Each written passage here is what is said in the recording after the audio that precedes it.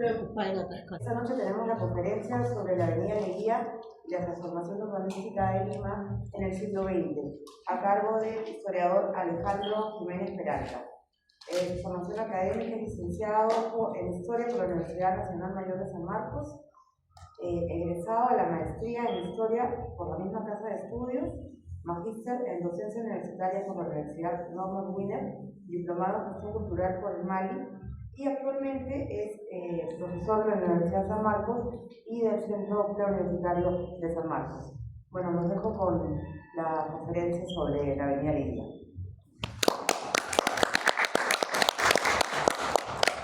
Muy buenas noches con todos. Gracias por su asistencia. Esta convocatoria, en primer lugar, agradezco al Museo Metropolitano de Lima, obviamente a la señorita Alicia por la promoción de este evento. Gracias a este museo que es prácticamente la historia de nuestra ciudad, prácticamente. Y también agradezco la presencia de todos ustedes en el tiempo para venir a este evento. Particularmente porque yo busco dos objetivos con esta ponencia. No solamente conocer un poquito más la historia de Lima, la historia de Avenida Arequipa, sino que además busquemos que también con esta ponencia ustedes puedan, pues, cuando recorren, transiten o caminen no solamente por la Avenida Arequipa, sino por los lugares que voy a mencionar el día de hoy, puedan ustedes relacionarlos, pues, y también recordar un poquito de nuestra historia, pues, o sea, generar fenómenos de identidad nacional. De hecho que sí. Así que la exposición del día promete bastante, y sobre todo también no quiero que sea simple un monólogo mío, sino quiero también que ustedes también participen con lo que yo voy a ir contando, narrando, y sobre todo también para que vayan ustedes relacionando con los lugares que voy a mencionar. Sin mayores preámbulos, comencemos. ¿Okay? Bueno, cuando uno menciona acerca de la avenida Leguía, la avenida Arequipa, como todos la conocemos, son 52 cuadras que tiene en la actualidad, ¿sí? Es hablar de una de las avenidas más importantes dentro de nuestra historia. No solamente por lo que significa para ellos, sino también porque marcó un hito importante en lo que se refiere al urbanismo en Lima. ¿Por qué razón? Porque cambió la fisonomía, la estética, patrones de vida, muchos de los cuales prevalecen hasta la actualidad.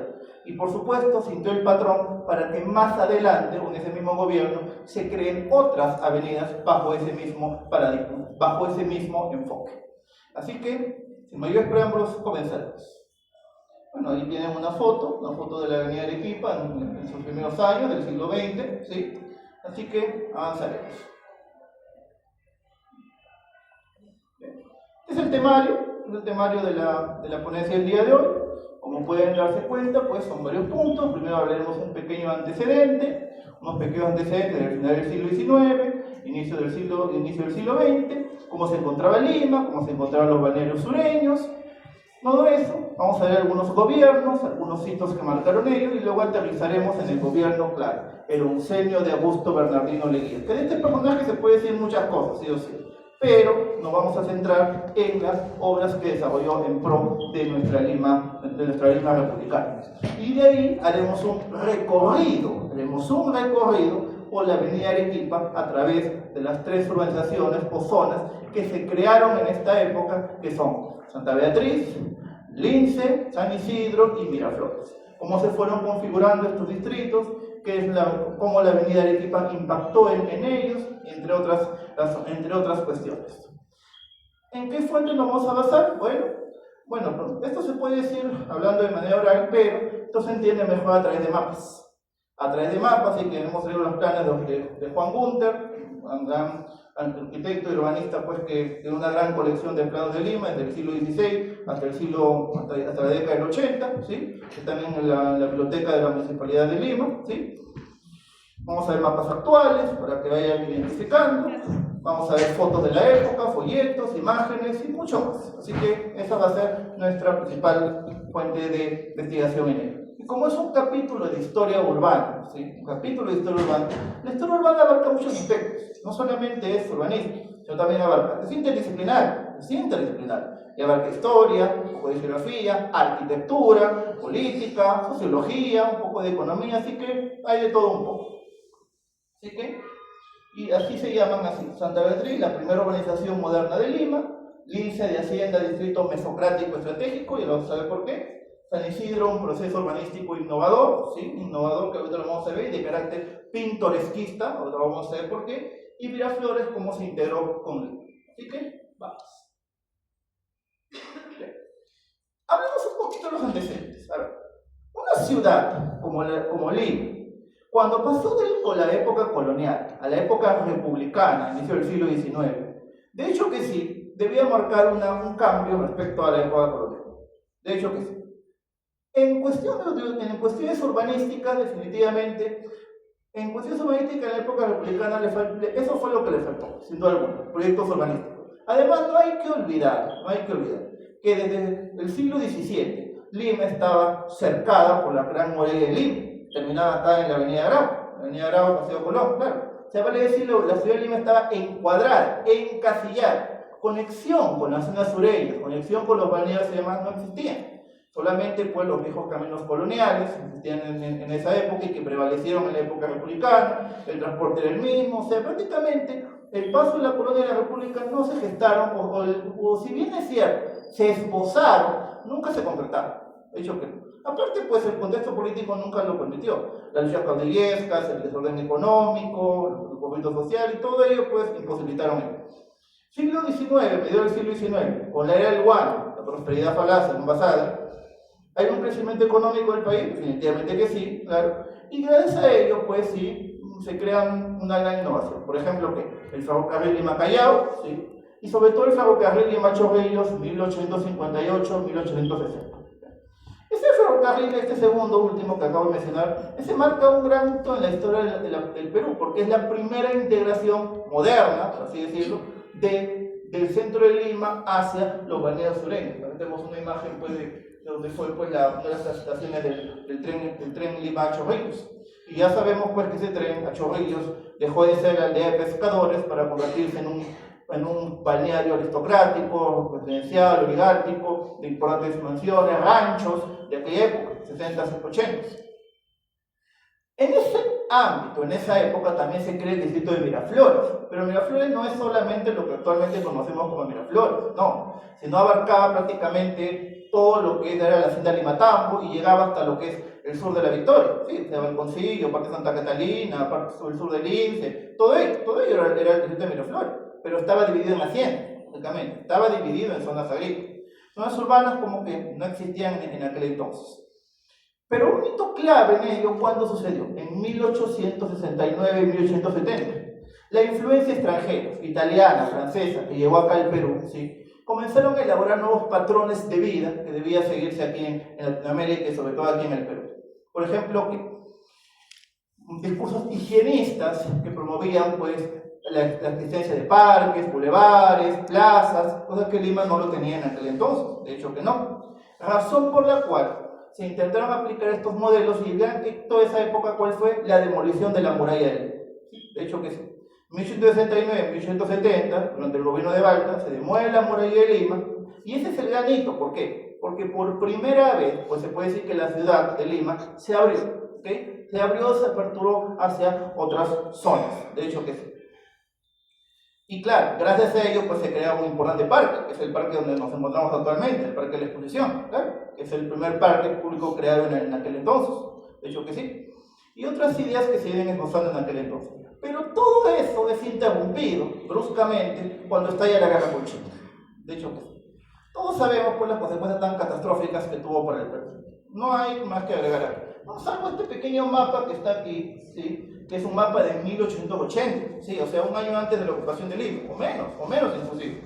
Donde aquí pues vemos pues esto que son los jardines de la exposición, el parque de la exposición que se había creado en aquel entonces, y esta es la avenida de la Circunvalación, que es lo que es actualmente Grau o Alfonso Ugarte, ¿sí? Todo eso es la avenida de Circunvalación. Más adelante se rebautizaron precisamente con los personajes de la guerra con Chile. Entonces, la guerra con Chile, pues ya sabemos lo que esto generó para el Perú. Y claro, eso replanteó, pues, sobre todo, como dicen, una guerra pues siempre genera pues lecciones, de hecho que sí, lecciones para el país y sobre todo también en ello que determinó pues, que definitivamente pues Lima estaba en una crisis total, de hecho que sí. Es después de la guerra con Chile cuando se plantean pues dos proyectos pues para reconstruir Lima.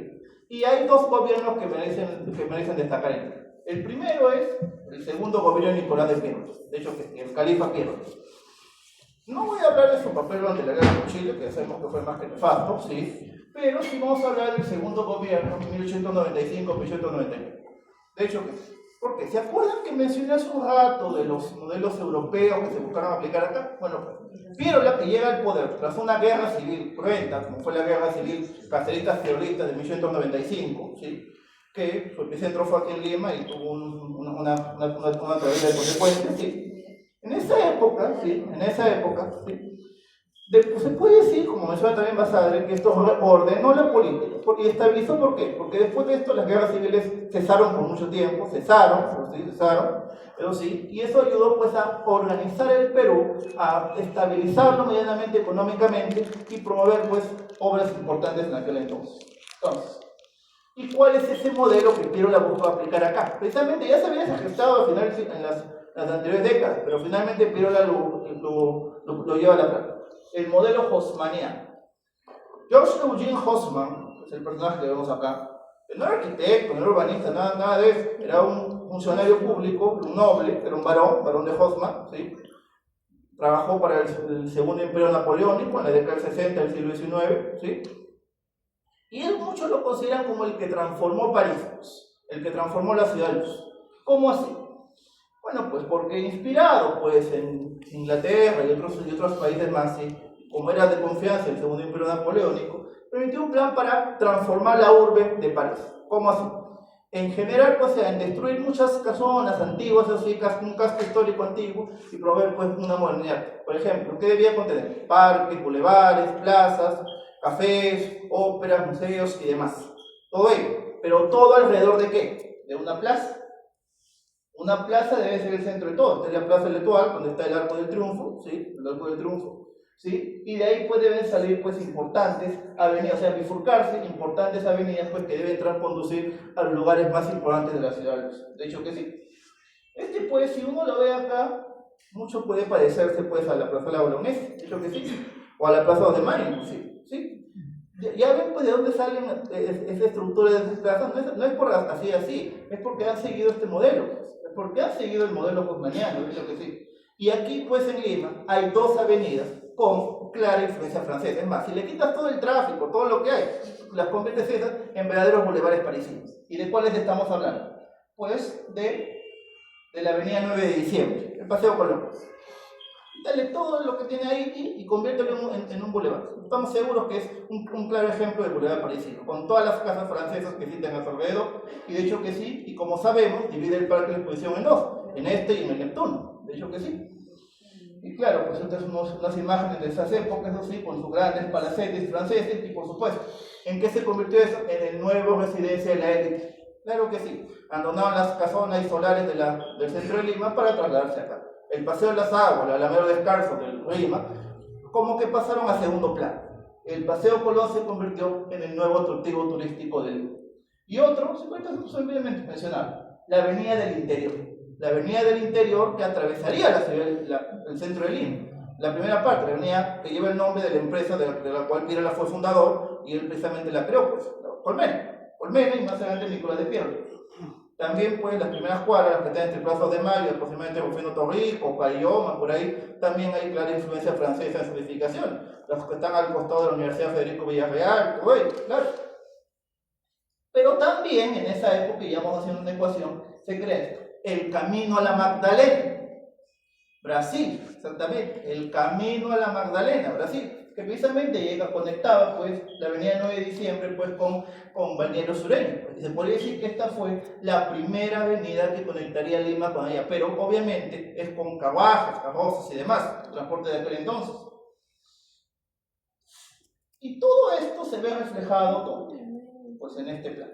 En el plano de Lima de 1904 del ingeniero Santiago Basurto, que precisamente fue el que hizo, el que dirigió el proyecto de la avenida Colmena, ¿sí?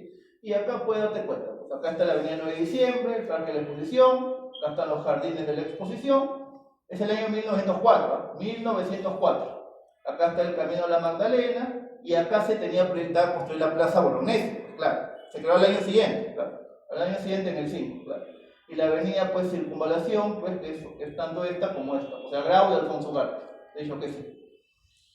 Pero también, pues aquí está el paseo 9 de diciembre y menciono este datito nomás como un dato extra. Se tenía proyectado que la avenida Magdalena iba a seguir de frente y llegar hasta el Jirón de la Unión. Ese proyecto finalmente nunca se concretó. Hubo críticas, hubo protestas y demás porque demolería un colegio, demolería algunas casas por acá y por eso ese proyecto nunca se concretó. Lo único que queda de ello es el poco conocido pasaje Paraguay, que está a un costado de la Plaza Bolognesi y que en la actualidad ProLima lo está restaurando. Vamos a ver en qué termina ello. ¿Okay? Sí, este pequeño pasaje Paraguay que está entre Bolognesi y la Avenida España. ¿Bien? Entonces, también para esa época ya se había creado la Escuela de Agricultura y muchas zonas más, pero también en la época del deporte, de hecho que sí. Los clubes que se crearon en esa época también marcaban la pauta en esa época, y muchos de ellos se ubicaban en los alrededores donde nos encontramos actualmente. Ejemplos, el Club Lawn Tennis, el Jockey Club, claro, todos ubicados en los alrededores. Claro, también llega pues el fútbol, claro, el fútbol llega en esa época, segundo gobierno de Pirola, y pues para los que somos amantes del deporte, el velódromo de Lima, ubicado acá en el Parque Hernán Velarde. Somos amantes de ese deporte, de hecho que sí. Entonces, este plano también es una continuación de eso.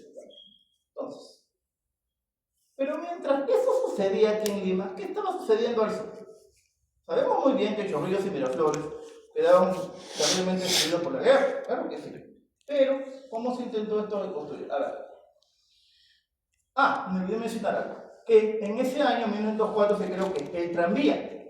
Llegan los inventos de la segunda revolución industrial, que sí, y se crea el tranvía eléctrico. Pues, el tranvía eléctrico que sería pues una innovación para en aquel entonces. Sería de Lima a Chorrillos, por el Paseo de la República, claro. Pero Miraflores no se quiso quedar atrás. Desde finales del siglo XIX inició un proceso de urbanización gracias a extranjeros que después vieron el potencial de ello y promovieron su desarrollo. Bueno, personajes que le dan nombre a las famosas calles Miraflores, Porta, Lar, Pochel y otros más. ¿Sabes? Entonces, para 1898, inicio del siglo XX, ¿sí? Miraflores, pues aquí está pues, la vía del tranvía, ¿sí? Y esta es la zona sureña de Miraflores, se vale decir, donde está actualmente la iglesia, diagonal, la bajada, etc. La zona que estaba al norte de Miraflores, ¿sí? Todo esto era Surquillo. Todo esto era Surquillo, pues claro. Todo esto era Surquillo. ¿Cómo se divide eso? Bueno, ya después lo mencionaré. Tenía su glorieta, su plazuela, etc. Claro. Entonces, al ver este desarrollo, este inicio del desarrollo de Miraflores, ya como zona urbana, aunque todavía quedaba el fondo del euro por la puesta zona, Larco, Alcanfores, Descanseco, toda esa zona, ¿sí? Obviamente, pues Miraflores también quería, pues, bueno, o sea, haremos una ecuación acá. La oligarquía vive en el Paseo Colón. Y, obviamente, quieren ir a los balnearios. Tienen la vía Magdalena, Brasil, que lleva, pues, a los balnearios pues, de Magdalena, etc. Claro. Pero Miraflores también quería aprovechar el hecho. ¿Y cómo así? Primero generaron una estación del tranvía, acá, ¿sí? Donde está la avenida Ricardo Palma, ¿sí? Y crearon lo que sería, pues, su Paseo Colón. Miraflores tuvo su Paseo Colón. ¿Cuál es? Esto, la Alameda Pardo. Si conoces esa avenida, es como un bulevar, tiene árboles, tiene alameda y conecta obras. Es un claro ejemplo del modelo haussmanniano, es un claro ejemplo.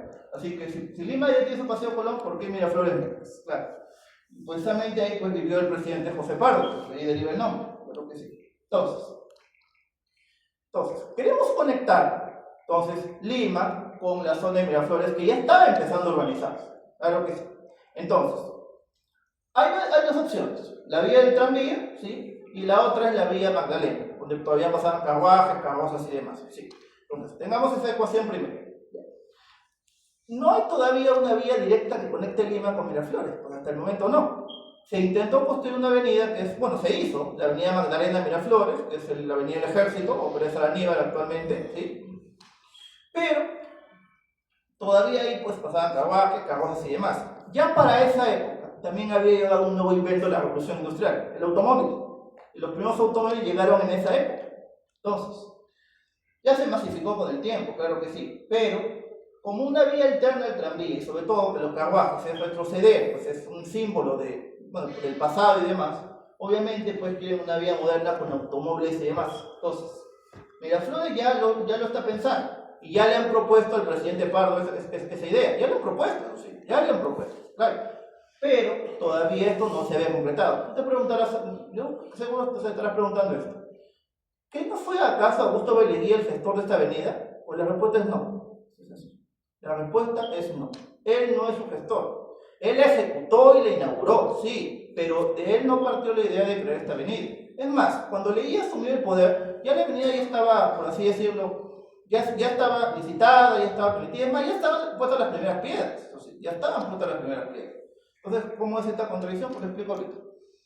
Entonces, ven que de Lima, pues para Miraflores pues no existía ella, pues entonces, primero le solicitaban al presidente Pardo pues esa idea de crear una avenida que entre los nombres tentativos no oficiales, era que se iba a llamar Avenida de los Balnearios, o inclusive Avenida Baños, claro, porque conectaría Lima con los balnearios, por esa razón.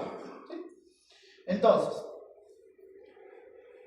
Lima pues en esa época pues sí, Lima estaba creciendo y desarrollándose más, claro que sí. Entonces, ya le pidieron al presidente Pardo, se hizo todo un consejo, en el año 1916, Pardo aprueba ese proyecto, Pardo aprueba, y el arquitecto Benavides, Augusto Benavides Canseco, es el que se encargó de diseñar.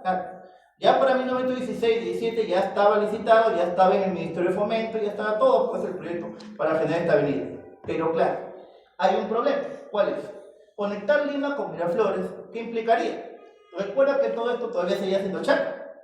Expropiarlas, expropiar haciendas, expropiar chacras y demás. Y muchos de los propietarios ubicados en estas haciendas no estaban de acuerdo con ello. Porque si bien es cierto, habían esbozado ellos proyectos urbanísticos en aquel entonces, no contaban para nada con la creación de esa avenida. Para nada. O sea, no estaba en sus planes. Entonces, al no estar en sus planes, pues, lógicamente, protestaron. Entonces, a ver, de Lima, Miraflores hay Santa Beatriz, Lince y San Isidro. La que más protestó, la que protestó duramente contra ellos fue San Isidro. De hecho, fue San Isidro. Sí. ¿Por qué? Por la siguiente razón. A ver, la hacienda San Isidro, ahorita lo vamos a desarrollar con mayor detalle, ¿sí? Era administrada por la familia Moreira Pazolcán, ¿sí? Después hablaremos más de ellos. La hacienda San Isidro abarcaba, a ver, ubiquémonos acá. Desde la avenida Pedituar, sobre Equipo, un poquito más allá tal vez, sí, pero desde allá por el este, hacia la avenida Camino Real por el oeste. Ubiquémonos ahí. Entre esas avenidas, a ver, tengo aquí, se encuentra un importante espacio, que es un área verde, con laguna, y un símbolo de identidad de San Isidro, inspiración de tantos poemas, canciones, obras y demás. ¿De qué lugar estamos hablando? ¿Ah? El olivar, claro, exactamente. El olivar que existía desde la época colonial. Es más, se puede decir que es una de las primeras áreas verdes de Lima. Pero al encontrarse lejos de la ciudad, obviamente pues no era considerado pues un parque oficial de Lima, estaba pues en las afueras de la ciudad, o más lejos todavía, en un suburbio, alejado de Lima, claro. Entonces, pero claro, inclusive San Martín de Porres, Santa Rosa de Lima plantearon sus olivos ahí en esas áreas, claro. Entonces, el olivar era un símbolo de San Isidro, de hecho que sí. Y esta avenida no solamente iba a recortar la hacienda en dos, sino también que podía perjudicar al olivar, de hecho que sí. O sea, se podría decir que hay un respeto pues por las áreas verdes de aquel entonces, claro. Entonces, pues lógicamente, los Moreira Pazolcán protestaron contra él y enviaron innumerables documentos al presidente Pardo protestando contra él. Inclusive el señor Moreira, el abogado Moreira, había sido ministro de Pardo, sí, pero no había una salida ahí. No había una salida al respecto. De hecho, entonces, eso se buscará solucionar cuando llegue Leguía al poder. Ahora sí, aterrizamos en el oncenio de Leguía. Entonces, ya tienes ahí los antecedentes. Bueno, ¿qué? La patria nueva, con un lema firme y feliz por la unión, ¿sí? La patria nueva. Cuando Leguía llega al poder, bueno, le da golpe de estado a Pardo, sabemos muy bien eso, él pues busca inaugurar este concepto, la patria nueva, que es como desmantelar el viejo orden oligárquico, aristocrático, del cual él fue parte anteriormente, ¿sí? Y generar pues una patria nueva pues con el impulso a la mesocracia, ¿verdad? Y también pues también que el carácter leguera fue mucho más populista que Pardo, entonces eso sí es cierto. Aparte que le heredaba un mundo diferente, pues el mundo de la Primera Guerra Mundial, fin de imperios importantes, nuevas naciones, nuevas potencias, nuevos estilos, nuevas tendencias artísticas, arquitectónicas y demás. Todo eso se va a ver reflejado en Leguía. Como muchos dicen, Leguía, el gobierno de Leguía, fue una de las mejores alcaldías que tuvo Lima. Porque de hecho que sí, hasta ese momento, Lima pues no había tenido pues un gran proyecto urbanístico como lo había hecho ese entonces. Lo había habido algunos sí, pero eran muy pocos, eran muy escasos. Leguía buscó revertir ello y los resultados fueron claves, porque de 1919 a 1930, en todos sus 11 años de gobierno, la infraestructura urbana creció en un buen porcentaje, más del 60%, en más del 60%. Claro, pero ¿por qué? Se preguntan. Porque, a ver, no solamente pues por la personalidad de Leguía, sino también porque su gobierno iba a coincidir con una importante ceremonia sin precedentes que iba a ocurrir aquí en el Perú. Entre 1921 y 1924, lo que el Perú ha celebrado hace 5 años, en el año 2022, bueno, coincidió con la pandemia, lamentablemente, pero ¿qué fue lo que celebró el Perú hace 5 años, en el año 21? O mejor dicho, ¿qué se conmemoraba en aquel entonces? El bicentenario. Es decir, 100 años atrás, el centenario de la independencia. Así que Lima tenía que ser la capital del centenario. Y haciendo un balance, Leguía, haciendo un balance de todo lo que había en el Perú hasta en aquel entonces, la situación era poco favorable. De hecho, poco favorable. Y sobre todo, pues Lima no estaba en condiciones de ser pues, una ciudad digna de ser centenario. Y por eso es que Leguía buscará revertir todo ello. Y aquí mencionaría un concepto del arquitecto Ortiz de Ceballos, que ha hecho un esquema sobre Lima, sobre la arquitectura de Lima, un concepto con el cual identifica este gobierno. La ciudad irradiada, como de ciudad irradiada. Porque gracias a este gobierno la ciudad se empieza a expandir, difundir, acercar más hacia otros zonas. Recuerda pues que antes estaba encasillada, luego habían balnearios, pero todavía pues, la ciudad no se acercaba a esos balnearios. De hecho que no, es este gobierno que va a cambiar toda esa perspectiva. De hecho que sí. Entonces, la Lima del Centenario, acá están los eventos de la celebración del Centenario, los en la Plaza San Martín, que se creó en aquel entonces, el escudo del Centenario, solamente pues para agregar ello. Pero también Leguía busca implementar dos modelos, uno británico y otro estadounidense.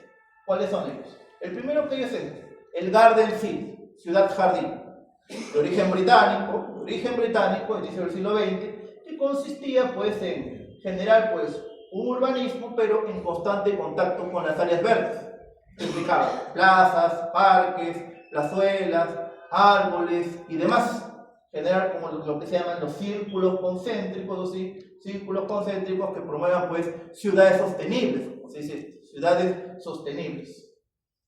Y el otro es City Beautiful, la bella ciudad, la hermosa ciudad del siglo XX en Chicago, nació en Chicago, y buscaba pues también, es parecido a ello pues, pero generar pues alamedas, caminos, paseos pues que sean pues ejes para ellos y mejoren pues definitivamente la calidad y los estándares de vida de la sociedad. De hecho que sí. ¿Lima tenía para hacer todo ello? Sí, claro que sí. Bueno, siempre lo hacía, siempre lo hacía. Claro que sí. Pero, ¿cómo lo hizo? Pues de la siguiente forma. Bien. Entonces, atravesemos en la avenida Liqui. De hecho que sí. Atravesemos en esto. Acá está su monumento, en la cuadra 22. 23 por ahí, sí, el monumento de Leguía, al frente del Dorado, todavía atesora pues un recuerdo del presidente Leguía, ¿sí? Es la avenida Leguía pues, cuando comenzó a ser inaugurada en aquel entonces, puedes ubicarte acá, justamente acá en la esquina con Arequipa con 28, aquí está la Plazuela Bélgica, claro, la embajada argentina, ¿sí? Y acá pues era el escenario importante. Entonces, Leguía pues cuando asumió el poder, ¿sí? Ya encontró pues todos estos documentos del Ministerio de Fomento por los antecedentes que te comenté hace un rato. ¿Claro? Entonces, Leguía pues una vez asumiendo el poder, ¿sí? Él obviamente pues buscará solucionar todo. ¿Cómo así? Porque ve el potencial de esta avenida, el gran potencial que esta avenida tiene para convertirlo pues en la avenida más importante del mundo. De hecho que sí, lo tiene todo. Y sobre todo para inaugurarlo solemnemente, como se lo merece. Entonces, definitivamente él no iba a dejar que nadie impida pues el desarrollo de esta avenida. Definitivamente que no. Así que iba a solucionar esa cuestión con con los propietarios, a los cuales Leguía se los ganó con una frase diciendo: yo contribuiré con tu fortuna, o permítame a mí contribuir con tu fortuna. Con esta frase, ¿sí? No en los textos de Gunther, en los textos de los humanistas, ¿sí? Con esa frase, Leguía buscó pues apoyar a él. En parte también de carácter populista, ¿sí? De carácter populista, pues de cederles importantes zonas a ellos. Y por eso es que fomentó también la creación de importantes compañías urbanizadoras. En toda Lima, claro que sí, en toda Lima, pero no vamos a enfocar acá en la avenida Arequipa. Otros ejemplos de aquel entonces, ¿sí? Claro, aparte de los que te acabo de mencionar, ¿sí? Las compañías urbanizadoras, que ya las mencioné, y otros aspectos que se van a ir añadiendo después. Fue parte por parte, pero como te dije, vamos a hacer el recorrido norte a sur, ¿ok? No es necesariamente cronológico, pero sí es de norte a sur para seguir el proceso, ¿eh? Entonces, pero primero, ¿cómo se diseñó la avenida? ¿Qué debía tener esta avenida para que sea pues, una avenida digna del siglo XX? 6 kilómetros, ¿sí? 6 kilómetros desde el centro de Lima hasta Miraflores. Debía tener acá 4 carriles, 2 de norte a sur, 2 de sur a norte, para automóviles. Claro, se diseñó para que sea una avenida para automóviles, sí, porque los automóviles iban a pasar por esta avenida. Y también vía peatonal, en los laterales y en el centro. ¿Sí? Vías peatonales en los laterales y en el centro. Ciclovía no estaba diseñado para la avenida de Arequipa, eso fue muchísimo después, claro, muchísimo después. Pero así es como se diseñó. Una avenida de 6 kilómetros, ¿sí? Una avenida de 6 kilómetros con una berma central y sobre todo que debe tener pues, árboles, plantas, jardines, sobre todo pues, que sea una avenida que integre pues, naturaleza y urbanismo. No sea solamente una vía de asfalto, sino debe también preservar pues, la naturaleza y el paisajismo. He dicho que sí. Entonces, con esa idea, claro, se empezó a inaugurar en el 21, claro, pero siguió pues avanzando. O sea, la avenida terminó de pavimentarse, ordenarse, todo eso, casi a finales del gobierno, claro. Empezó a inicios, sí, con la primera parte, pero toditita, con los faroles, Alameda y todo, eso ya a finales del gobierno, claro. Entonces,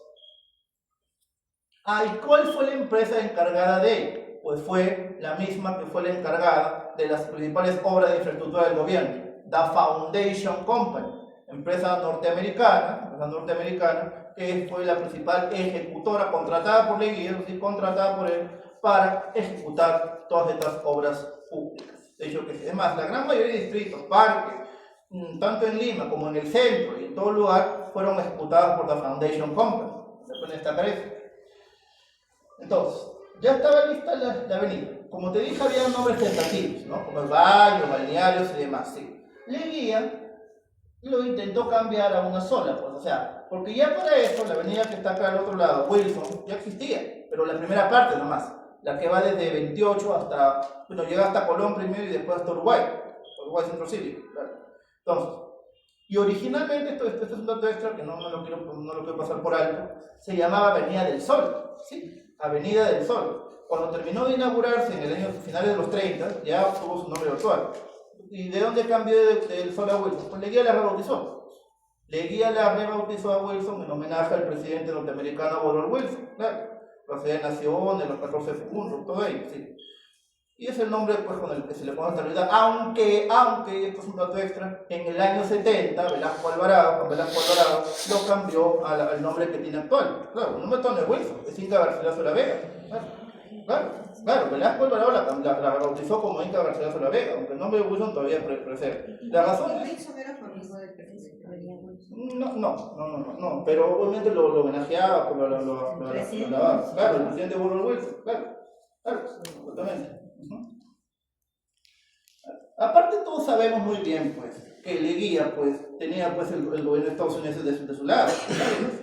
Es más, si hay una época en la cual Estados Unidos debe tener el control pues, del Perú y de Lima, en realidad es con Leguía, pues, con Leguía dice todo eso, claro. Entonces, con fundaciones que llegan en esa época norteamericanas para el saneamiento, como la Fundación Rockefeller y otras más, claro. O sea, se puede hablar mucho más de esto, pues, pero obviamente pues solamente me quiero concentrar en la avenida Leguía. Claro, aquí está cuando se comenzaba a construir, pues claro, está cuando se comenzaba a construir, cuando recién estaba pues iniciando los trabajos, ¿sí? Estos son los primeros años, hasta pues sus inauguraciones, que es por acá, pues, ¿ok? así que comenzó a inaugurar, hasta aquí ya está planteado cómo tenía que ser, dónde iban a pasar los autos y demás, claro, cuáles son las vías peatonales, las vías centrales y demás. Aquí esto es un antecedente de ello. Acá cuando fue avanzando, eso sí, y ya pues a tener su infraestructura actual, pero así ya tenían las primeras piedras de esta avenida. Creo que sí. Entonces, bien, entonces iniciaremos pues este recorrido, ¿ok? Iniciemos el recorrido, viendo estos 4 casos. Empecemos con Santa Beatriz, la principal urbanización y para él considerada la urbanización modelo de la época. ¿Por qué? Porque Santa Beatriz, rescatando el libro de Milagros Romero, que fue presentado aquí la semana pasada, acerca de Santa Beatriz, a diferencia de las otras haciendas, esta era una urbanización del Estado. No era administrada por capital privado, no era administrado por otros empresarios privados, por asentados privados, no. Esta sí era organización del Estado, lo era desde la década del 70 del siglo anterior, claro. Por esa razón hace que Leguía pues vio el potencial, y acá tenemos el plano de Lima en 1920, claro. Es un poco diferente al plano que vimos anteriormente de Santiago Basurco, ¿sí? Y pues aquí está ya cuando ya se está empezando a hacer la avenida de Arequipa, pues aquí está, aquí la tenemos. Y además, Santa Beatriz cumplía todo para hacer una urbanización modelo. ¿Por qué? Estaba a la vía del tranvía, ¿sí? a la vía derecha del tranvía eléctrico, estaba a la salida de Lima, lógicamente, ¿sí? Y ya contaba con importantes espacios. La Escuela de Agricultura, que ya la mencionamos hace un rato, el velódromo, que después se convirtió en canódromo, yo sé de paso, en la década del 20, el jockey, la plazuela del hipódromo, que fue acá en 28 de julio, ¿sí? Y otros más pues que ya le daban un indicio de que tiene todo para convertirse en una urbanización. Y además también fue gracias a la ley 4108, ¿sí? Pedida por el Ministerio de Fomento y por el Consejo de Leguía, por la cual se permitía expropiar las haciendas para construir, habilitar vías interurbanas. Claro, esa ley también es clave en esto, de hecho que sí. Entonces, ¿cómo pasamos de esto a todo esto que está acá? Claro, porque la nación empieza acá con el parque de exposición, ¿sí? Y pues fue desarrollándose pues con todo el tiempo. Las 14 cuadras de la primera de avenida de Arequipa. Bueno, entonces, tenía todo el potencial para hacer, de hecho que sí. También para hacer una nación aristocrática, lógicamente, sí, y ya para mediados de la década ya la convirtió en mesocrática. Claro, porque recordemos pues que Leguía también impulsó el desarrollo de la mesocracia, creando pues varios mesocráticos. Santa Beatriz fue un ejemplo de ello, claro, Beatriz fue un ejemplo de eso. Entonces, empecemos a ver, entonces, ¿cuál es lo que le daba la bienvenida a la avenida Arequipa?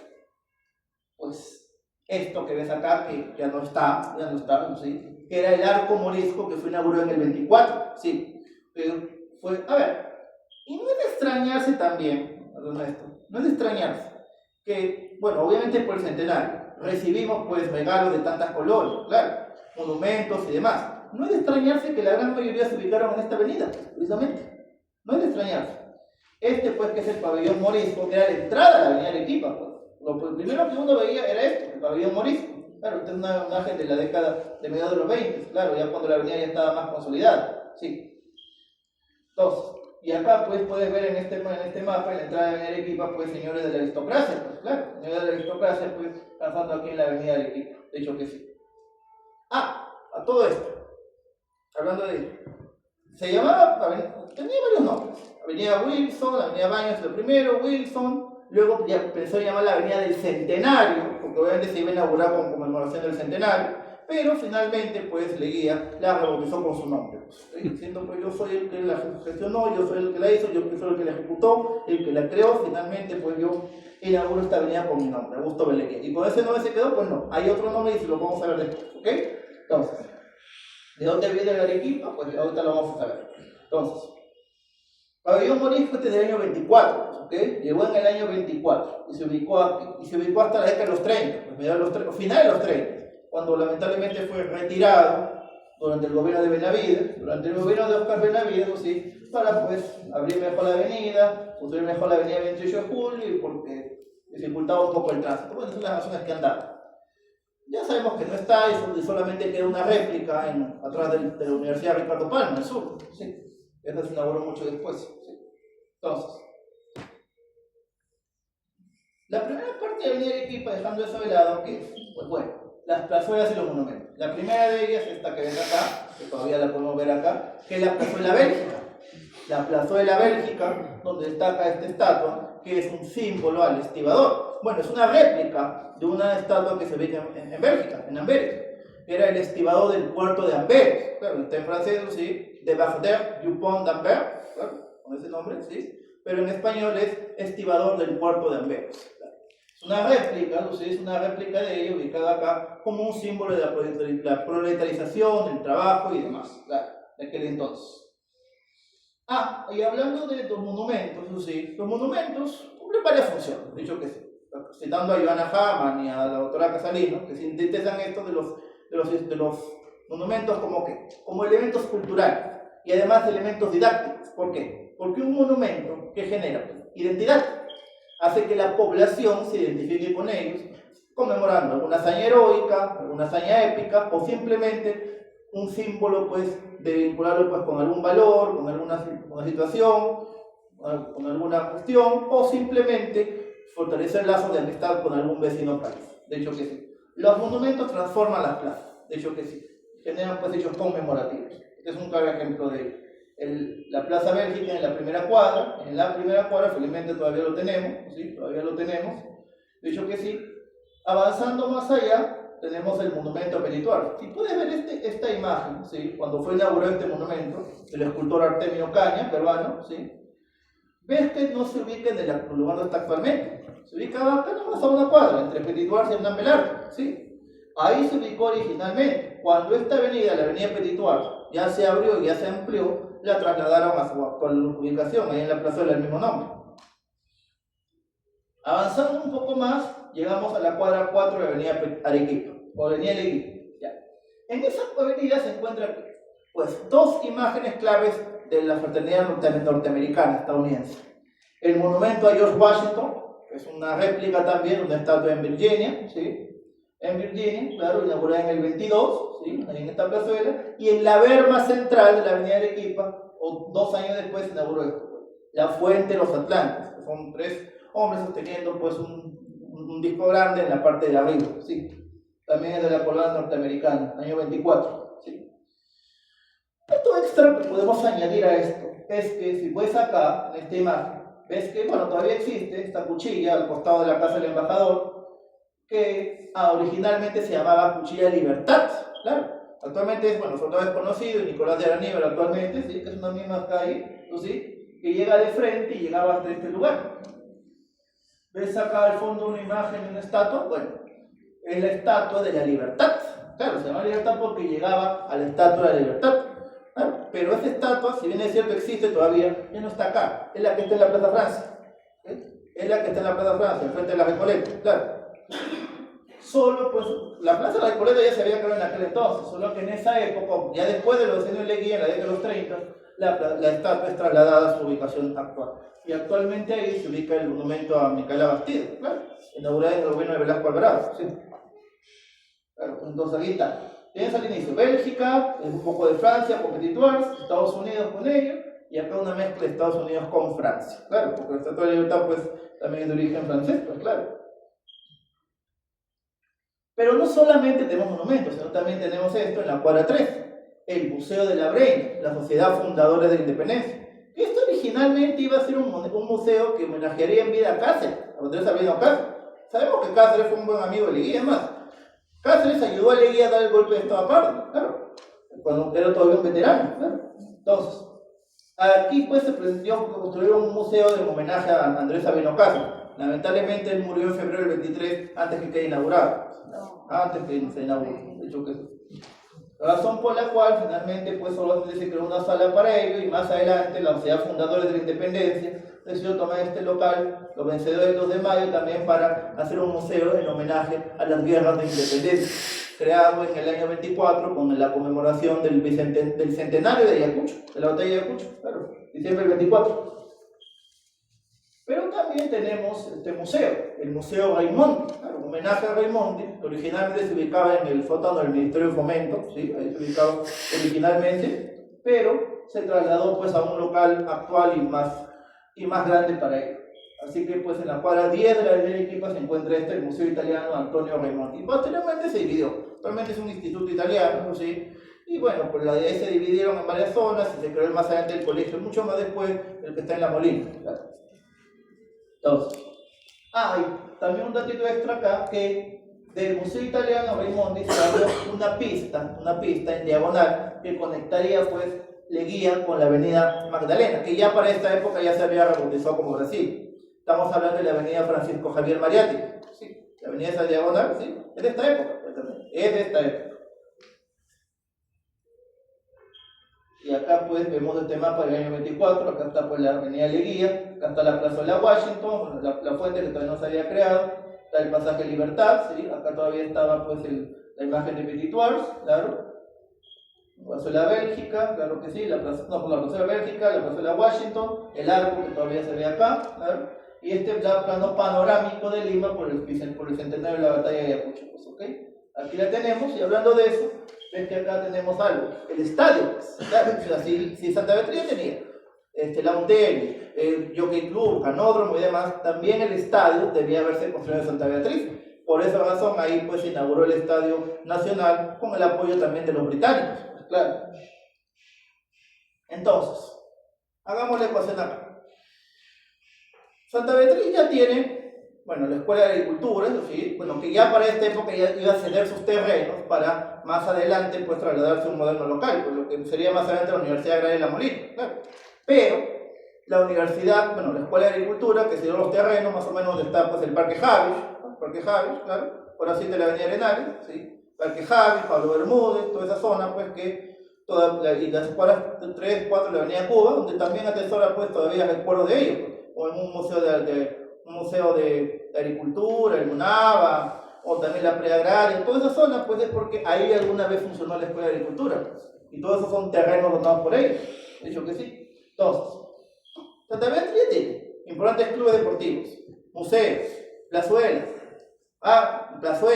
la avenida Leguía que ya la convirtió en su eje principal. ¿Qué le falta a Santa Beatriz para consolidarse como una ciudad jardín modelo?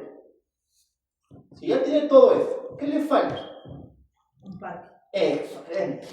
Claro que sí. El parque. Y eso pues es el origen del Parque de la Reserva. De hecho que sí. El Parque de la Reserva. Por eso es que en el año 26 se formó la comisión ejecutora que hizo el Parque de la Reserva. Yocajomovis, Claude Sahut y toda la gente que trabajó en él, de lo que sí. No surgió así de la nada, no, sino porque también ahí en los jardines de la exposición buscaba crear un parque que no sea simplemente un parque moderno, no, sino también que sea un parque que genera identidad. Y pues en homenaje pues, a las tropas reservistas de la guerra con Chile, de la cual Leguía también fue parte de su juventud, ¿sí? Cuando era joven pues también participó en las defensas del hecho que sí.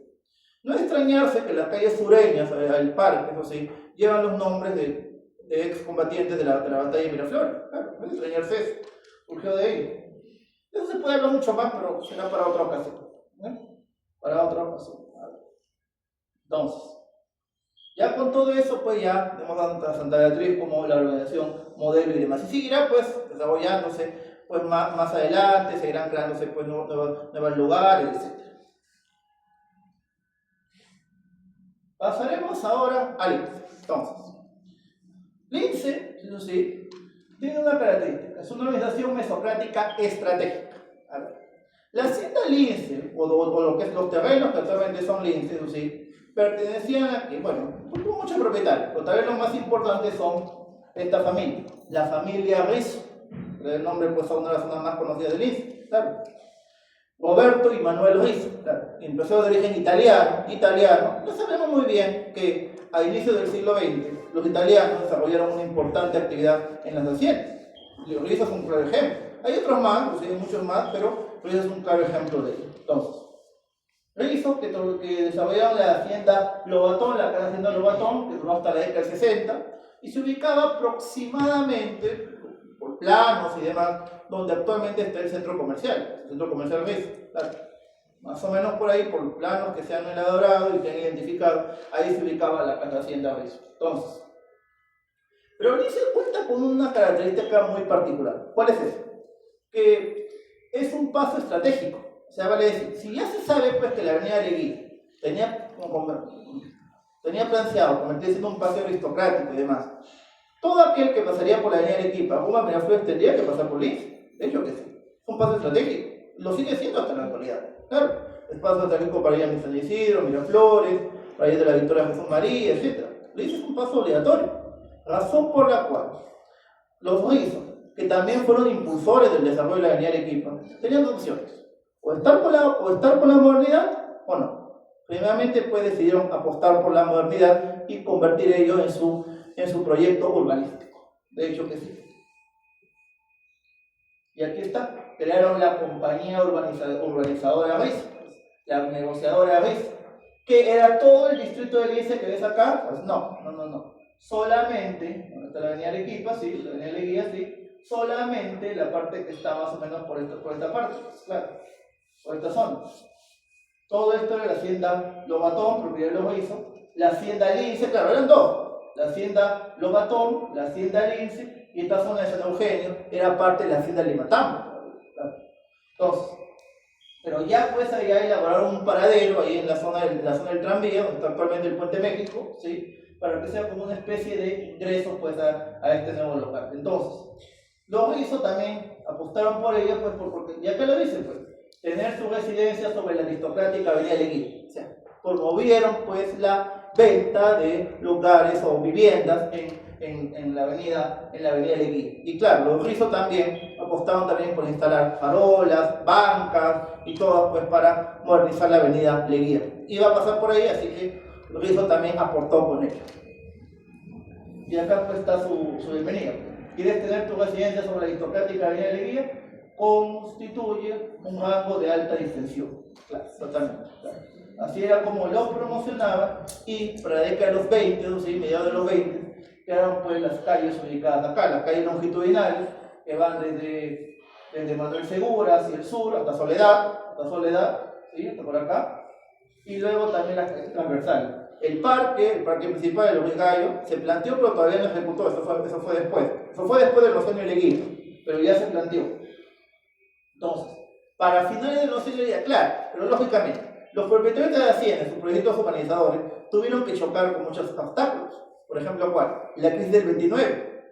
La crisis del 29 que afectó duramente pues, al Perú, pues, lógicamente, y también a los bancos de los que ellos eran socios. Banco del Perú, el ONDE, de otros bancos pues, que fueron visiblemente afectados. Por eso es que se paralizó. El proyecto urbanístico no fue así de manera directa y sostenible, se paralizó, fue por periodos.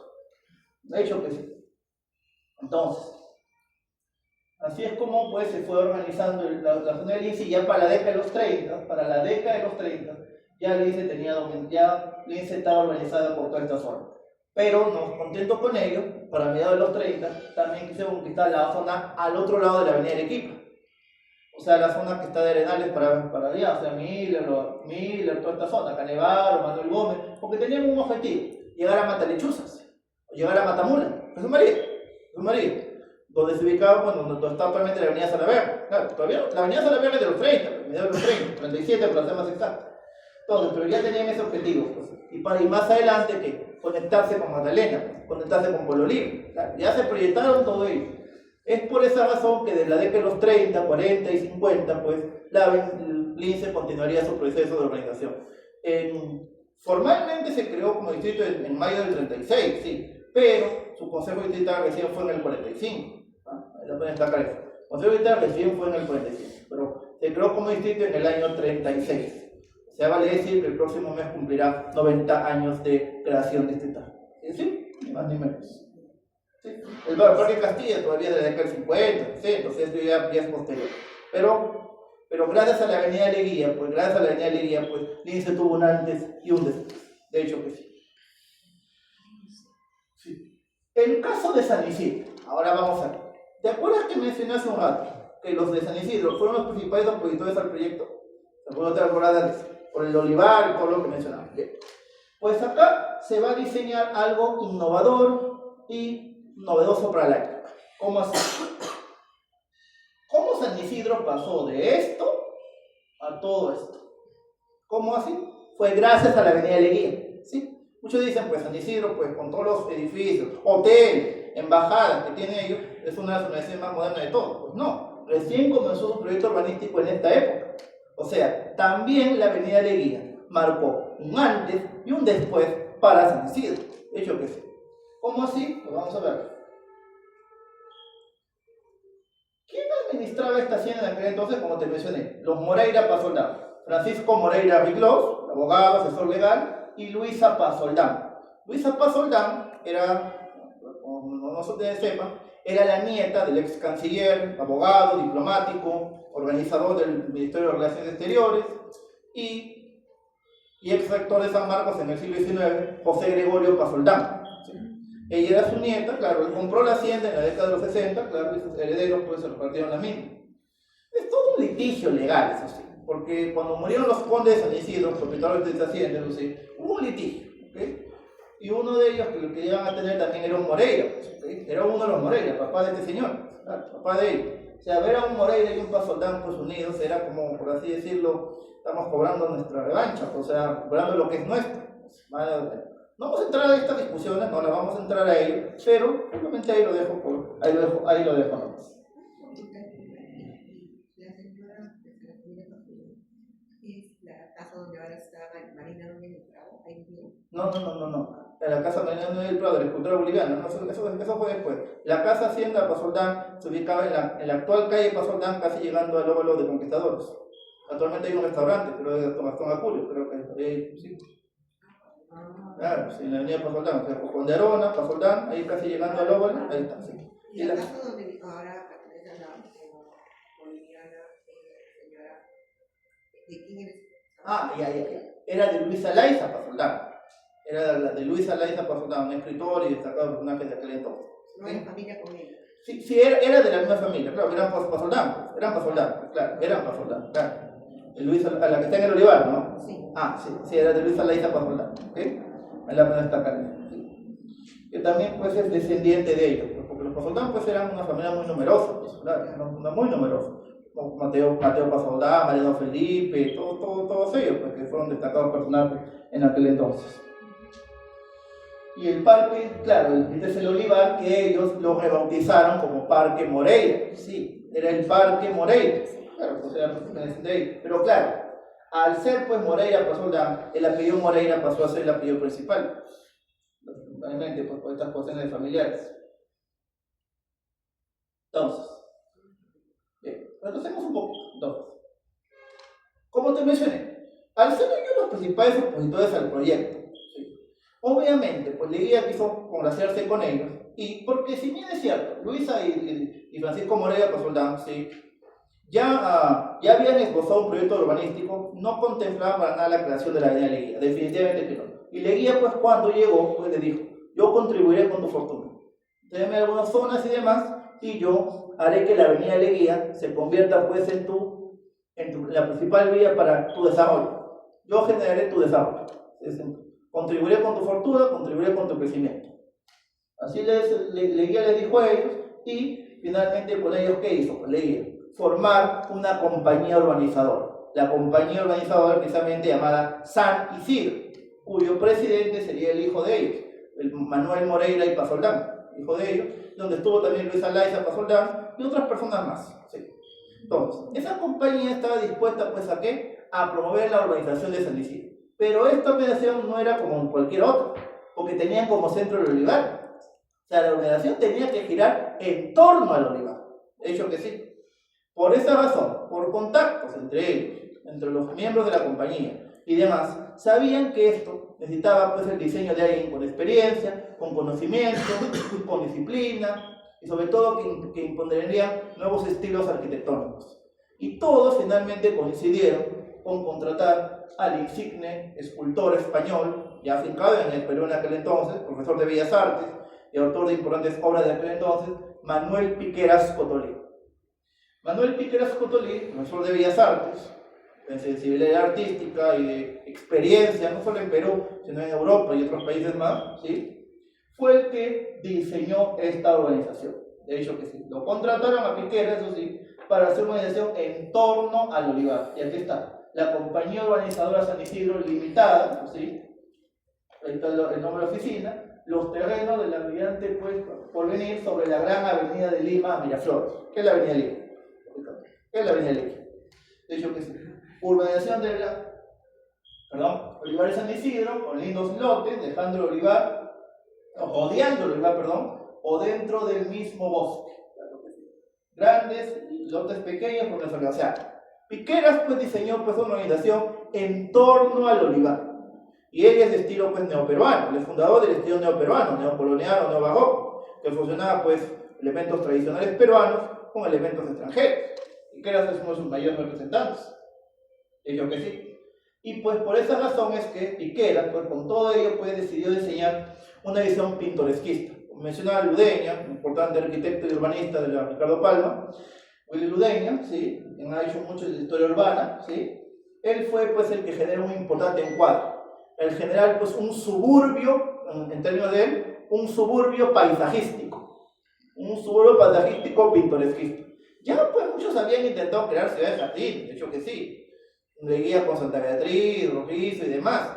También Calese con San Miguel, claro, cuando creó San Miguel en aquel entonces, claro, una ciudad jardín comercial, ¿sí? Pero el caso de Piqueras es bastante peculiar, porque todo gira en torno a un parque, en torno al Parque del Olivar. Por eso es que Piqueras pues diseñó algo pues, que sea atractivo para todos. ¿Cómo así? En torno a la avenida Leguía, en torno a esta avenida, ¿sí? Que la avenida no iba a cruzar para nada el Olivar, ¿sí? Y generar pues una especie de círculos y líneas que serían pues atractivos. Por ejemplo, esta es la zona pues bueno, ya pasando a Javier Prado, el puente de Javier Prado, y aquí tienes el óvalo, ¿sí? El ovalito es como Plaza Goyar, ¿sí? Si te has dado cuenta pues, las calles que siguen a ella, pues como Tradición, Ricardo Palma y demás, tienen esta estructura, no son rectas, como puede ver, es como una estructura radial, como se dice. No es porque surgieron así de la nada, es porque fue parte de la idea de Piqueras, que sigan en torno del óvalo, eso sí, que sigan en torno del óvalo, para que finalmente, luego de cruzar la calle Ponderona, Pasoldán, ¿sí? Se generen pues unas líneas rectas, por así decirlo. Generar unas líneas curvilíneas en torno al óvalo, para luego finalmente darle la bienvenida pues al Parque del Olivar, y promover pues venta de lotes en los alrededores del mismo. Alrededor de la calle República, que está acá, y el bosque, que iba a ser pues el centro de todo, la avenida del bosque. La avenida del bosque. Y así pues, es así como Piqueras pues promovió pues la creación pues de lotes y demás, o sea, ahí diciendo pues, que no solamente pues Miraflores y otras zonas se beneficien con la avenida Leguía, que San Isidro también se beneficie con ella. Por eso es que puso un sinfín de venta de lotes, de casas, tipo chalet, tipo de casas campestres, alrededor del olivar, ¿sí? Para que sea pues el atractivo para ellos. Y en poco tiempo, la venta de lotes fue un éxito total, ¿sí? En poco tiempo, pues la venta de lotes alrededor del olivar fue un éxito. ¿Cuánto estaría comprando un lote? En esa época, bueno, cuestión de costos, no digo bien. Cuestión de costos, lo pensaremos así, ¿ok? Lo pensaremos, ¿ok? Lo diré al final. Entonces,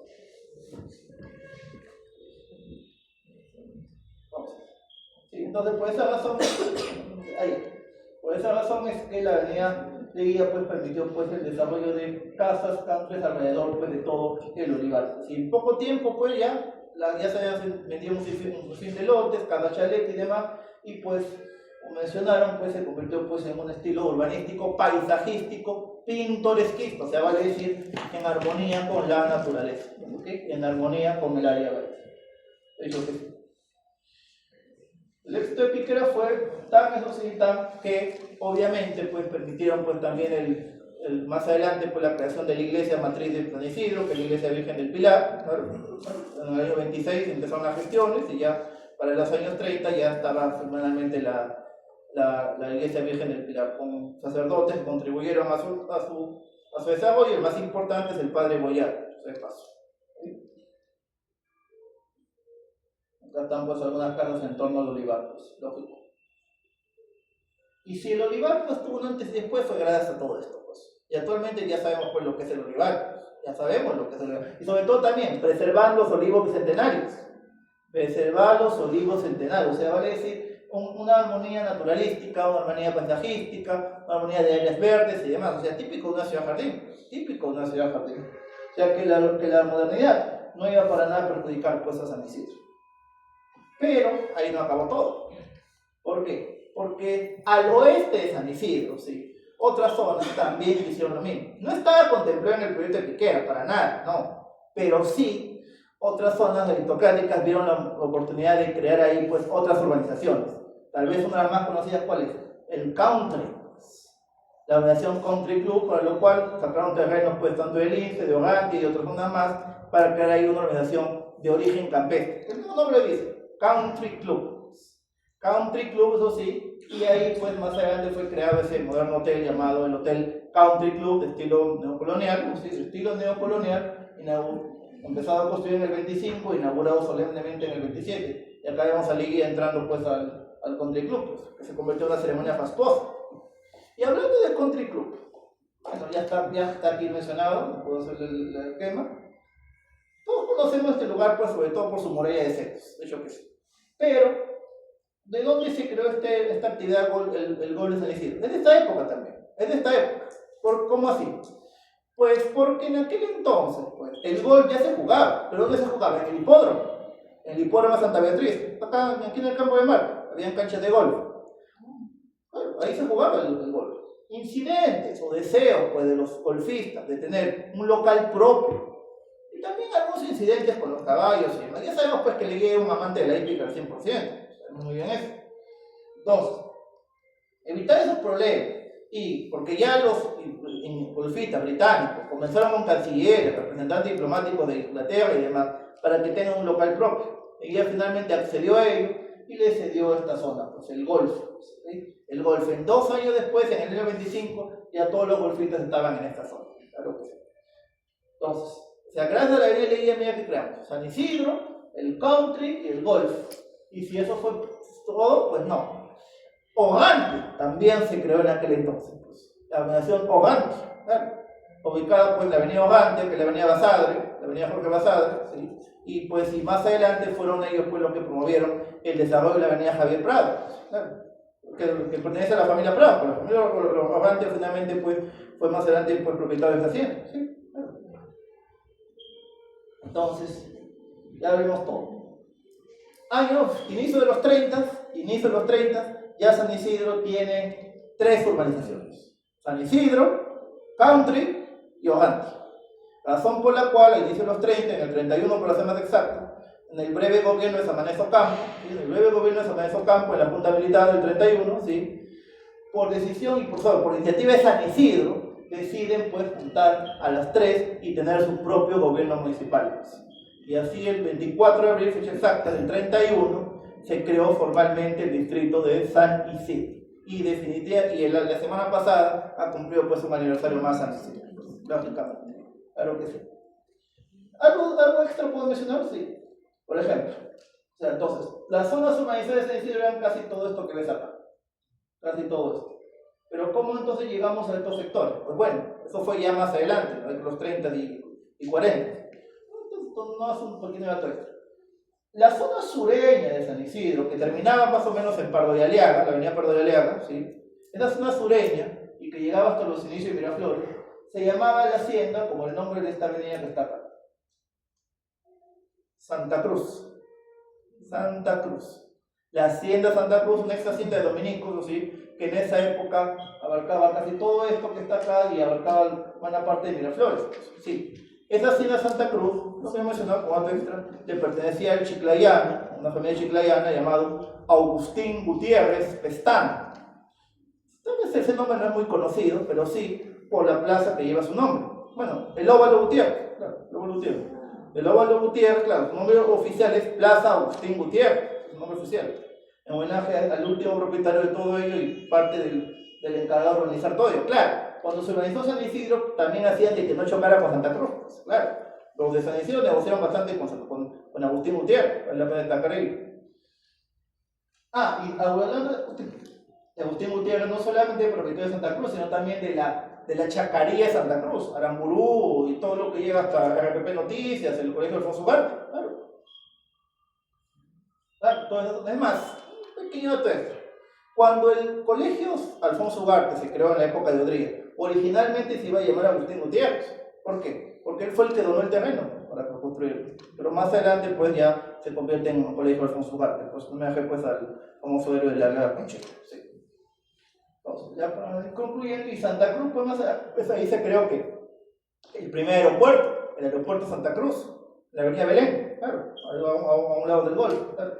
Y hablando de aeropuertos, en esta zona, al otro lado de la vía expresa, al otro lado de la vía expresa, sí, era parte de la hacienda Limatam, o sea, que abarcaba casi todo lo que es Surquillo, San Isidro, todo ello. Y la zona de San Isidro que era Córpagos. Y ahí pues se creó el primer aeropuerto comercial, pues, claro. El aeropuerto Corpa en la década de los 40, claro. ¿Dónde está por ahí? ¿Dónde está el Ministerio del Interior? Por ahí.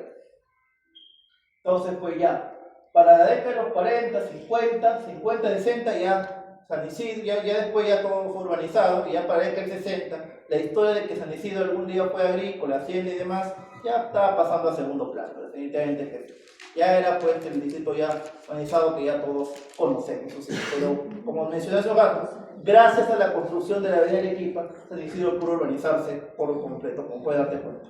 Es decir, el límite del Golf, lo que es hoy la avenida, ¿Sí?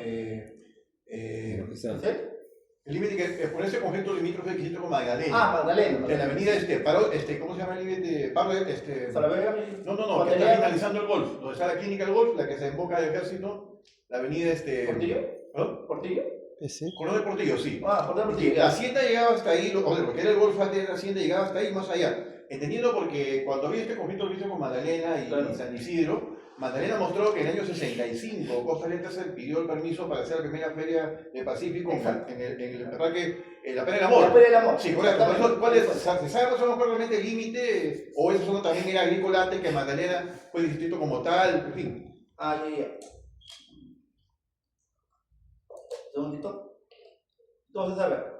Me preguntas cosas. Concretamente, ¿cuál es su pregunta? No, sí que obviamente, como es la Unión San Isidro, tres organizaciones, Claro. digamos la que está hacia el Golf, hacia Coronel Portillo. Ya. Esa hacienda que cosa era, y digamos, si tenía un límite, para definir el tema del limítrofe con Magdalena, porque claro, Magdalena reclama San Coronel Portillo, y San Isidro dice que es hasta Roca Vergalo, que es pasando, claro. O sea, una pasada más a de Salaberry, ¿no? Sí, dos Entonces, inclusive algunas cuestiones que San Isidro no tenía originalmente salida al mar, las haciendas. No.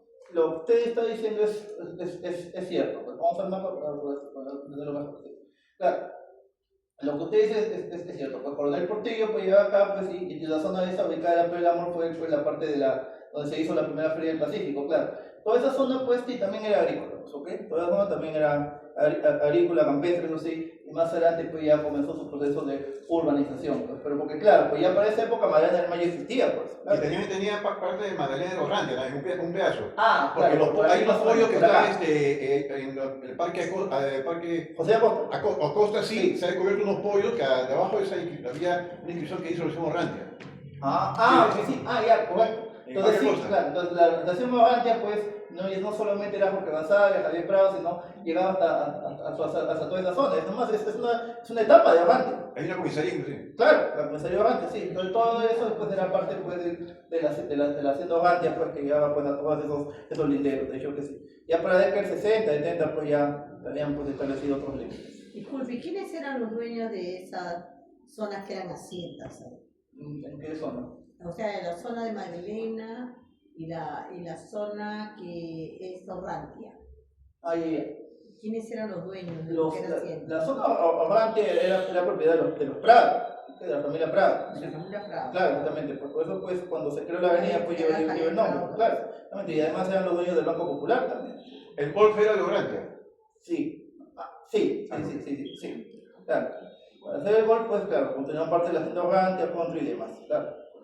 Así fue. Bien, y aquí está para los 30. Pues ya existía pues, el Golf, la avenida Camino Real, ¿sí? Eso sí, el ingeniero Juan Aburto, Conquistadores, y pues ahí ya se estaba reconfigurando pues, la organización San Isidro. Bueno, el distrito, perdón. Aquí tenemos un mapa del centro de Lima. ¿Quieres decir algo? Sí, una pregunta. ¿El nombre de la avenida Camino Real era porque había un camino prehispánico ahí? Sí. ¿O no hay información exacta? Sí hay acerca de él, sí hay acerca de él. Precisamente lleva ese nombre porque fue antes un camino prehispánico, pues ¿No era esta el avenida. camino Niño? ¿Era otro camino? ¿Qué camino? No, ¿Cabañán? ¿Qué camino era? era pues parte era parte del Capañán. Ah, sí, Cabañán. Parte del Capañán, sí. Sí. Donde está ahora la vía empresa, también era parte del Cabañán. Sí, también todo eso era parte, pues claro. Y bueno, Pero no no fue por precisión, podría haber estado cerca, pero no exactamente en el mismo sitio. casi en esa misma zona, ¿okay? Si lo vemos pues en mapas actuales, pues acá prácticamente lo que era ello. Y claro, pues el camino real pues era un camino preísta y más adelante pues fue una de las bifurcaciones del río Guatica, pues. Del río Guatica que empezaba pues por donde estaba pues, Barrios Altos, el municipio de Santa Clara, recorría casi todo lo que es Andahuaylas, cruzaba Grau, ya por lo que es la avenida Iquitos, luego pues llegaba por Camino Real y llegaba hasta el Océano Pacífico, pues, hasta el mar, pues, claro. Una pregunta ahí, porque yo llegué un poco tarde en el No se preocupe. La avenida de Arequipa fue construida por etapas. Sí. Porque hay un monumento frente al edificio del Dorado. Claro, el monumento de guía, claro. Y lo que tengo entendido es que en ese sitio donde está el monumento era la confluencia de las haciendas Lins y Lobatón. Sí, Era como, digamos, una parte de la avenida, la parte céntrica, pero cuando uno ve ahora lo largo que es la avenida, claro. se da cuenta que no es así. Entonces, más o menos, ¿cómo fue que se hizo esta avenida, no? Ya, como mencioné hace un rato, no estaba acá, pero la avenida, pues, o avenida Arequipa, perdón, poniendo este mapa acá, fue construida pues por etapas. La primera etapa fue la etapa de Santa Beatriz, como mencionamos hace un rato, la etapa de Santa Beatriz, sí, y luego pues más adelante pues se creó pues la parte del ICE cuando los rizos pues aportaron pues para las farolas, las bancas y demás, pues, más adelante, la parte de San Isidro, que es acá más al sur, sí, es acá más al sur, que fue posteriormente, y finalmente pues la parte de Miraflores, que es la que voy a mencionar ahorita. O sea, se inauguró la avenida Arequipa en el año 21, ¿sí? La primera parte, pero conforme fueron pasando el tiempo, pues fueron inaugurándose las siguientes partes hasta llegar La fecha que está en el obelisco dice 1921. Claro. Se entiende que la avenida ya estaba, y esa fecha está ahí. Ya estaba ahí en esa época la avenida Arequipa, pero se terminó de pavimentar por completo en el año 28, 29, pues, poco antes del fin del no sé. El trazo ya estaba. Pero el trazo ya está, definitivamente que sí. Eso sí. Bien, entonces para esta época, pues, finales de los 20, los 30, pues, esto pues era pues la avenida Leguía, las zonas que ya se habían urbanizado, ¿sí? Las zonas que ya estaban urbanizados, y pues acá mencionan pues otras zonas pues que todavía están por urbanizarse, pues, claro que sí. Acá dice pues urbanización Rizo, pues que era pues la confluencia de lo que mencioné hace un rato, de las haciendas Lobatón y Lince, pues, ¿okay? La confluencia de las haciendas Lobatón y Lince. Esta parte donde está el Meritón Carvajal todavía era parte de la hacienda Limatá, ¿ok? Limatá. La parte amarilla también. Sí, licenciado. Hace un rato mostró usted una fotografía de la primera cuadra, la primera cuadra de la avenida Arequipa. ¿Correcto? Y se nota que no hay nada a los costados. ¿En qué momento comienza a construirse lo que ya conocemos ahora? A ver, vamos a retroceder porque no vi con la foto. Acá. Más atrás. Ahí está. Ya. Porque ahí no hay nada, después hay chacras. No, están construyendo. Sí, exactamente. Fue en 1917, cuando ya estaban puestas las primeras piedras. Cuando se comenzó a construir en 1918, claro, ahí fue cuando lo comenzó a construir, antes del tren de guía. Este es del año 18. ¿Y en qué momento los edificios que están a los costados comienzan a construirse? Año 21, pues, año 21. Año 20, 21 más o menos por esa época y continúa en el año 22, 23. ¿Okay? Por esas épocas más o menos. ¿Sí? Claro, porque el museo que mencioné hace un rato es del año 23. Pues, claro, del año 23. Las casonas esas pues son del año 21, el 22, pues claro, por ahí entonces, en ese rango, del 21, el 24 y de ahí en adelante. ¿Sí? Desde los primeros años, pues cuando recién se estaba abriendo la avenida y cuando todavía pues, eran chacras, entonces el 17, 18. ¿Y la foto del costado qué año es? La foto de este costado, sí, que ya... Acá no hay nada, hay chacras, pero claro. Acá ya hay edificios, ciertos edificios. Esto es 20 todavía, 20, sí, 20, por ahí, sí, estamos ahí. para concluir con ello, Miraflores. sí, ahora sí concluimos con San Isidro, con Surquillo y Miraflores. ¿Te acuerdas que mencioné que hace un rato, pues, toda esta zona, todo esto es el actual Miraflores, pero la zona que está organizada era esta zona que está acá, la zona 8, zona 9, toda esa zona. Estas zonas que están acá, la zona 7, 6, 8 y 5, sí, todavía eran Chaco. El norte de la zona 8 era parte de Santa Cruz, recordemos. Era parte de Santa Cruz, todavía llegaba hasta San Isidro, y la zona 7, esta parte, donde está este parque, donde está el Ministerio de Justicia, Ciprián Yona, hasta Domingo Grue, ¿sí? Era la hacienda Barboncito. La hacienda Barboncito, que era parte del Ipatamo. Entonces, y esta es la vía expresa, exactamente. Toda la zona que está al sur de Domingo Grue, lo que es Angamos, hasta llegar hasta esta zona, hasta Pardo, Ricardo Palma, era parte de Surquillo. ¿Sí? Era parte de Surquillo que venía desde por acá. ¿Claro? Usaba todo ello, pues sí, administraba todo Surquillo. Y esta zona era administrada por el italiano Tomás Marzano. ¿Claro? Tomás Marzano, claro, que le da el nombre a esa famosa avenida. Que además era propietario de otras haciendas, de Surquillo, Calea de la Merced. Una zona, pues, parte de lo que es Higuereta, bueno, esa compartida con Venturo, Pedro Venturo, ¿sí? Y otras zonas más, eso sí, eran la hacienda Surquillo, claro que sí. Entonces, pero tú dirás, pero actualmente es en Miraflores, pero era Surquillo en aquel entonces, era Surquillo, yo que sé, todo esto era Surquillo. Fue Tomás Marzano quien decidió dividir Surquillo en dos, en convertir, pues, en una zona de Surquillo adjudicada a Miraflores, ¿sí? Que sería por así decirlo, el Surquillo más aristocrático, más oligárquico y demás, ¿sí? Y la zona que estaba al otro lado de la vía expresa, más textil, más pueblerino, eso sí, más artesanal y demás. Surquillo se inauguró formalmente como sitio en el 49, sí. Pero ya Tomás Marzano fue el que desarrolló este contraste. Mira, que mencioné ya se veía, creo, en el año 1857, pero abarcaba todo lo que mencionaba San Rafael, ya se fueron desprendiendo de ahí las haciendas y convertirse en distritos. Entonces, Tomás Marzano y demás. Pero por eso es que uno ve el contraste, pues. Ve ese contraste, pues, de pasar de San Isidro, de Surquillo a Miraflores y demás. Pues, ¿sí? Miraflores, toda esa zona de la avenida Arequipa, González Prada, Manuel Suárez, toda esta zona, pues, claro, pues. Pero sí ha quedado casas por el número uno, yo he visto bonitas. ¿El mercado 1 destruyó? ¿El mercado 1 destruyó? Miraflores. Por la que está el número 1. González Prada, por ahí, ¿no? Por San Agustín. Ahí había casas bonitas. Hay una que está en la esquina por el Como Palas. Ya. Hay una casa tal cual que vela en San Agustín, la parte. Bueno, seguramente. Sí, pues claro, el proceso de la destrucción, de hecho, pues sí. Entonces, claro, pues ahí pues cuando se fue generando este contraste, eso sí, y ya en aquel entonces, pues Miraflores fue creciendo también con el tiempo, pues creciendo con el tiempo. Esta zona que es la zona pues más pueblerina, que es la zona de Santa Cruz de Miraflores, más o menos por acá, por lo que es la Avenida La Mar, Córdoba, toda esa zona, y pues la zona pues más similar que es por aquí. Y el Parque Marzano, que se ubicaba acá en esta altura, pues donde está el Teatro Marzano, pues claro, en González Prada. González Prada, como se lo ve, porque actualmente es el Parque Miranda. Francisco de Miranda, exactamente. Y pues claro, y acá están las zonas que también eran Miraflores, el antiguo Colegio Villa María, donde está actualmente la Alianza Francesa, la zona de Miraflores, claro, ahí se ubicaba anteriormente, y el Palacete Marzano, la Casa Marzano, ubicada en la cuadra 50 de la Avenida Arequipa, porque era... Yo lloré justo cuando lo estaban destruyendo, pasé con el bus.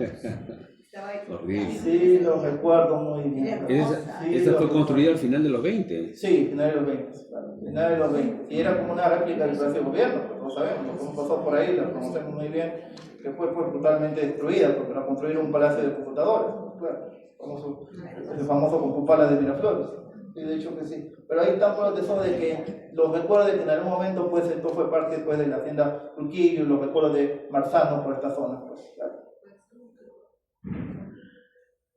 Y ya estamos, este es un mapa de 1957, pues ya, pues, definitivamente, pues ya la zona ya está más organizada, pues, Santa Beatriz, distrito de Lince, la organización Rizo Lobatón, ya creció todo ello, la zona Ovante, claro, esto solamente es la primera parte nomás, hay más, pero no está en este mapa, ¿sí? Y por el oeste está el camino de la organización Magdalena, la organización de Escuela de Agricultura y otras organizaciones que ya estaban creando por aquel entonces. Ya estaba pues teniendo una nueva cara a Lima, Balconcillo, todo ello. Pues, claro, eso fue cuando la hacienda de Limatambo desapareció por completo en la década de los 60. Los últimos proyectos fueron los Brezzi, si no me equivoco, los Brezzi, la familia Brezzi italiana. ¿Sí? Entonces ya pues para ello pues ya tenemos una reconfiguración urbana, ya existía la avenida Salaverde, que está por acá, la avenida Salaverde, que es del año 37, sí, y pues ya hay nuevas avenidas. Y por supuesto, la avenida pues Leguía pues definitivamente pues sentó el precedente para crear otras avenidas que cumplieron ese rol de urbanizar, como la avenida Progreso, Venezuela, que comenzó la zona de Breña, Garden City, que es una zona al costado de la avenida Alfonso Ugarte, donde están migraciones de España, Bolivia, toda esa zona, ¿sí? Ascona y tantas otras zonas más que fueron urbanizándose con el paso del tiempo, Chacra Colorada y demás, ¿sí? Y muchas otras que se fueron dando en esta época que siguieron el turno de la avenida Arequipa. Y a todo esto, hablando de ello, ¿cuándo esta avenida cambió de nombre? Si supuestamente pues ella va a ser la avenida Leguía. Bueno, fue en la década de los 30, en la década de los 30, claro. Sánchez Cerro dio el golpe de estado a Leguía desde la ciudad de Arequipa y automáticamente no le cambió de nombre. Originalmente se iba a llamar Avenida de la Revolución. Pero finalmente, pues Sánchez Cerro, desarrollando una fuerte política antileguista, destruyendo pues monumentos de Leguía y demás, ¿sí? Pues la rebautizó como el nombre de la avenida de la ciudad donde él dio el golpe de estado para sacarlo, pues, Avenida Arequipa. ¿Sí? Claro, o sea, todo es... Por eso que se le da su hasta el mismo. ¿Ah? Por eso que su tumba debe ser hasta el mismo tiempo que la de Claro, el famoso volcán de Arequipa, claro, sí, exactamente. Claro. Ya para concluir, pues ya es el puente Eduardo Villena Rey, pues desde la década del 60, ¿sí? Puerto Eduardo Villena Rey, ahí en la avenida Javier Prado, ¿sí? Y pues algo más actual, pues definitivamente el parque motor como ha cambiado, yo creo que sí, como ha cambiado, llegando a ser unas avenidas pues más congestionadas por la ciudad, ¿sí?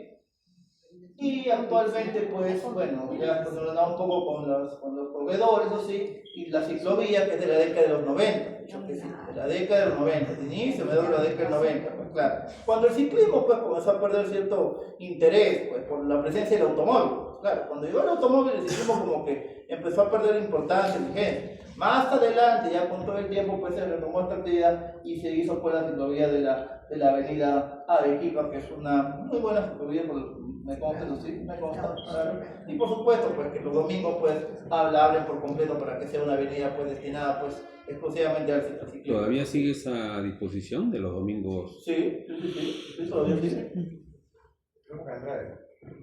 Claro, pero bueno, o inicio del fin, o por vernos todavía, pero más fue alcalde de Miraflores, sí, claro. Ah, claro, alcalde de Miraflores, está ya claro, porque también fue alcalde de Miraflores de Lima, sí, claro.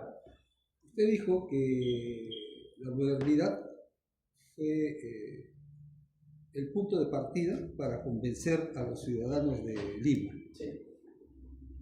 En algún momento se pensó que por la avenida Arequipa o Leguía pasase el tranvía, porque lo ubicaron en lo que es ahora la San Juan. Sí. ¿En algún momento se pensó que de repente podía utilizarse el tranvía? No, eso sí, Nunca. no se planteó. No se planteó uno que iba a pasar por el tranvía por la avenida Leguía. No. El tranvía sí se iba a quedar en Paseo de la República. Paseo de la República, claro. Pero San Juan es de la época de Bedoya, sí. No, nunca se planteó, o por lo menos lo que he revisado y lo que he planteado, nunca se planteó que el tranvía iba a pasar por la avenida Leguía. No iba a ser una vía del tren. Sí. Es verdad que al construirse la avenida Arequipa, en el trazo habían huacas similares a la huaca puquiana y ¿la limpiaron todas? Las huacas. Bueno, lo que he revisado y lo que he entendido pues, es que por la avenida de la Leguía no habían, pues, por la misma avenida Leguía no existían las huacas. Tal vez había una cercana, pero no pasaban por la avenida Leguía, por donde yo lo tengo claro. No. Era más atrás. Sí, por ejemplo, la Boca Santa Beatriz, que quedaba acá en 28 de julio, sí, claro. Y es verdad, perdón, que hoy en día los romeros son dueños han comprado casi toda la avenida. Romero, en 28 de Romero, sí, Puede no, ser. Si les gusta comprar todo, pues. bueno, eso se sabe, porque eso sí sabemos. escuché que ellos habían comprado varias propiedades de ese distrito. Ah, bueno. Entre ellos está el hotel. No, eso sí, Ya, pero ¿Cuál es avenida- El hotel el Westin. el West, la Begonia, sí. Ah, ya. Bueno, puede ser, pues, con su actividad pues, compradora y demás, pues, que tengan muchas propiedades, pero el dueño de la avenida Arequipa, no dudo. es propiedad pública. Claro, la avenida es una avenida de propiedad pública, de hecho que sí. De hecho que sí. Y pues bueno, pues estimados, les agradezco nuevamente por su presencia. Realmente ha sido una exposición bastante dinámica con todos. Realmente gracias a todos por los aportes. Hemos compartido pues un poco de historia de nuestra libro. No será de uno, tal vez en una próxima oportunidad lo haremos de otras avenidas, siguiendo pues con el proceso de transformación urbana. Gracias. Tal vez será Salaverry o solamente de